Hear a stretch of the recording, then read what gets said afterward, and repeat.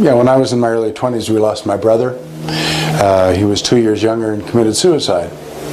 And I wasn't living at home at the time, so coming back home in the immediacy of a winter day and having my brother gone, and my family was there, and a woman who was my fiance, now my bride of 40-some years, we didn't deal with his loss.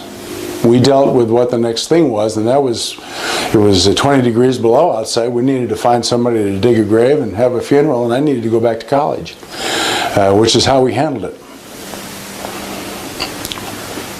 it. It took me 7 years driving along a deserted road in the middle of Iowa, snow-filled tundra, eye to eye, horizon to horizon, snow, blanket. I'm thinking about my brother Brian. I'm driving along, and I'm just, it'd be good to tell him about it. And then I thought, Brian. So I pulled over to the side of the road, and I just sat there and dealt with the loss, the robbery, the sense of denial, and that he gave to us, to me, but also that now at that point my children, young children, would not know this young man who was their uncle.